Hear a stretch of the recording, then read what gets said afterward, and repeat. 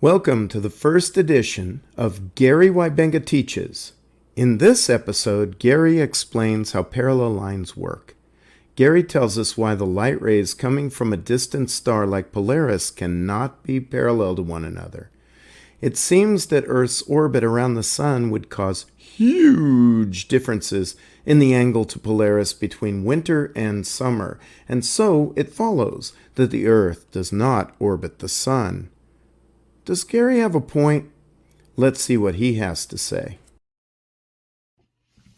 Here's a quick little video to try to illustrate to certain globies, Extra J, Sean Hawkins, B-Ball, etc., who don't seem to understand Polaris angles.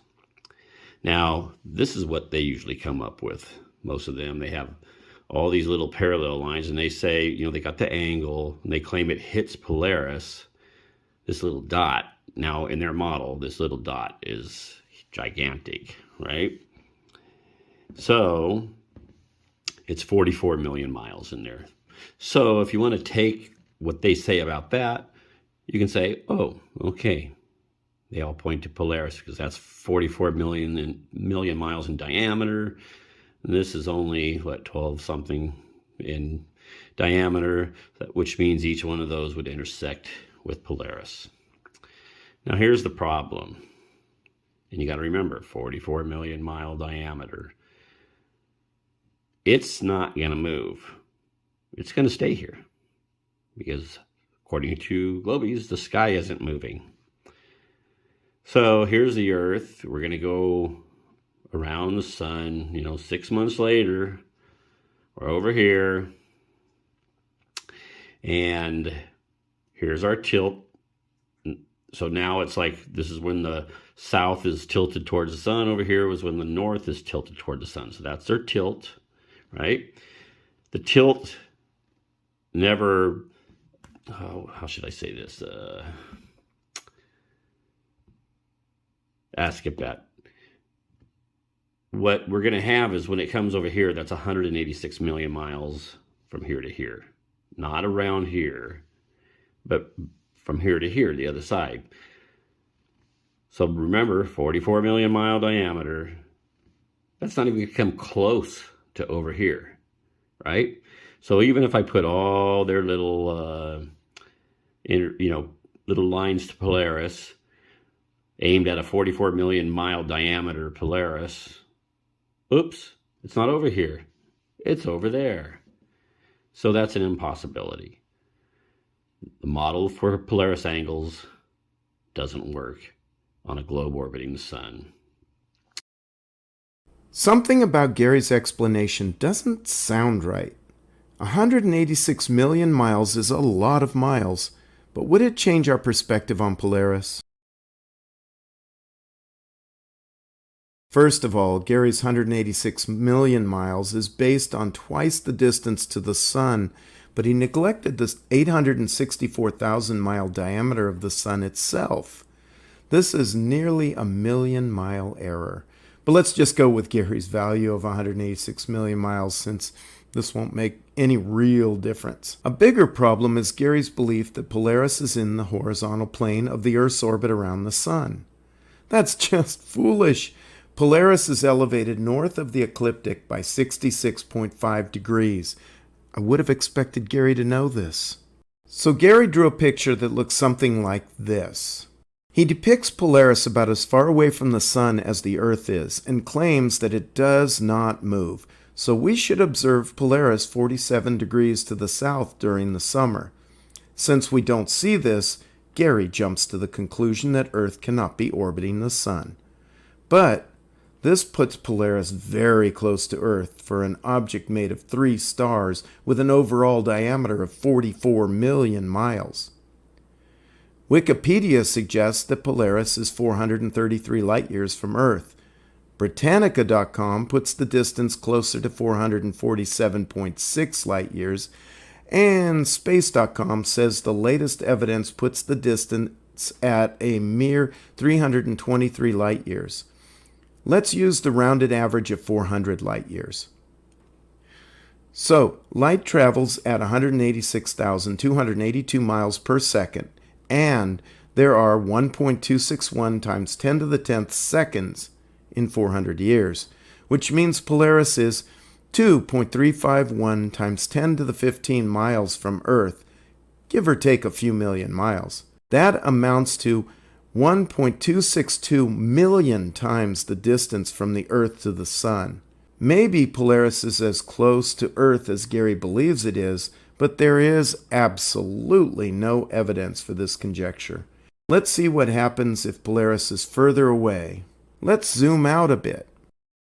Then, let's zoom out a bit more.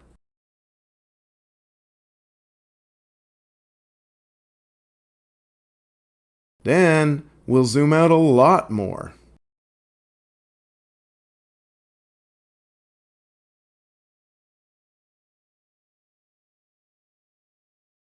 The difference between the winter and summer angles gets smaller as we go, and as it does, the rays of light become progressively more parallel. Wouldn't there still be a difference? Yes, there would, but it would be extremely minute. This difference is the stellar parallax, which amounts to about 4/millionths of a degree. The difference from one side of the Earth to the other on any given day would be several orders of magnitude smaller.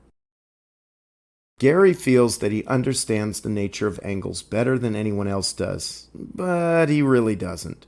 If he did, he would understand that the further away something is, the narrower the angle it subtends.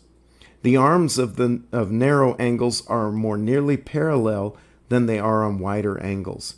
The light coming from Polaris subtends an angle so narrow that it cannot be measured, and thus the rays are indistinguishable from parallel. Gary believes that if he points a telescope at Polaris, then moves it 6 inches to one side, Polaris will move out of his field of view.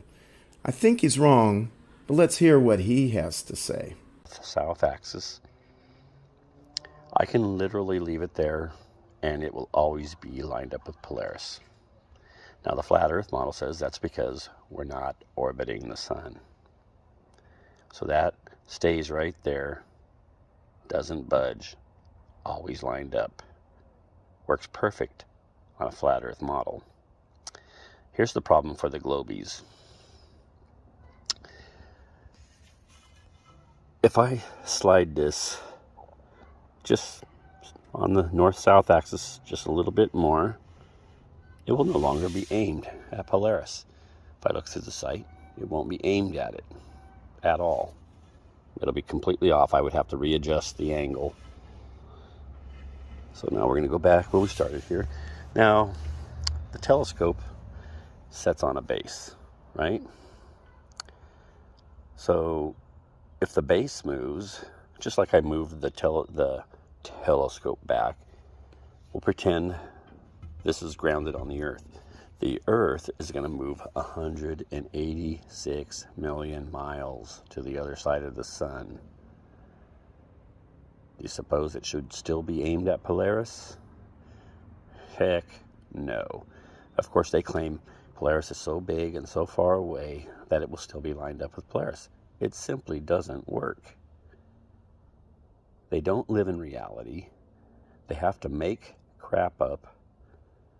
But when you think about it and think it through and use common sense and rationality, you realize the model of the Earth orbiting the sun is absolute crap. As I suspected, Gary is wrong. Polaris would remain in the same place within the field of view whether he moved the telescope 6 inches, 6 yards, or 6 miles, as long as the telescope remains parallel to its original orientation. Here's why this is so. The light rays arriving from Polaris are directly overhead at the North Pole, 90 degrees from the polar horizontal. When we observe Polaris from Dos Palos, California, for example, the light is coming from the same direction, but the observer measures it at 36 degrees 59 minutes from the horizontal in Dos Palos. This horizontal is offset from the polar horizontal by 53 degrees 1 minute. When 36 degrees 59 minutes is added to 53 degrees 1 minute, you get 90 degrees, the same angle that the star is found at when measured at the North Pole, even though Dos Palos is over 3,650 miles away. Since the light rays are parallel, the star will remain in view as long as the orientation of the optics are also parallel and nothing blocks the star's light. Maybe Gary should have actually tried doing this before teaching us about it. Perhaps if he actually had a telescope, instead of just a cheap shop light that just happens to look a little like a telescope from the side, he might have realized that he was wrong. Clearly, Gary does not understand how parallel lines work. Of course, he won't let this inconvenient truth stop Gary Wybenga from teaching parallel lines. Thank you for watching. If you like this video, please hit the like button and comment below. Remember to subscribe and click the bell to receive notifications when the next Gary Wybenga Teaches video is released.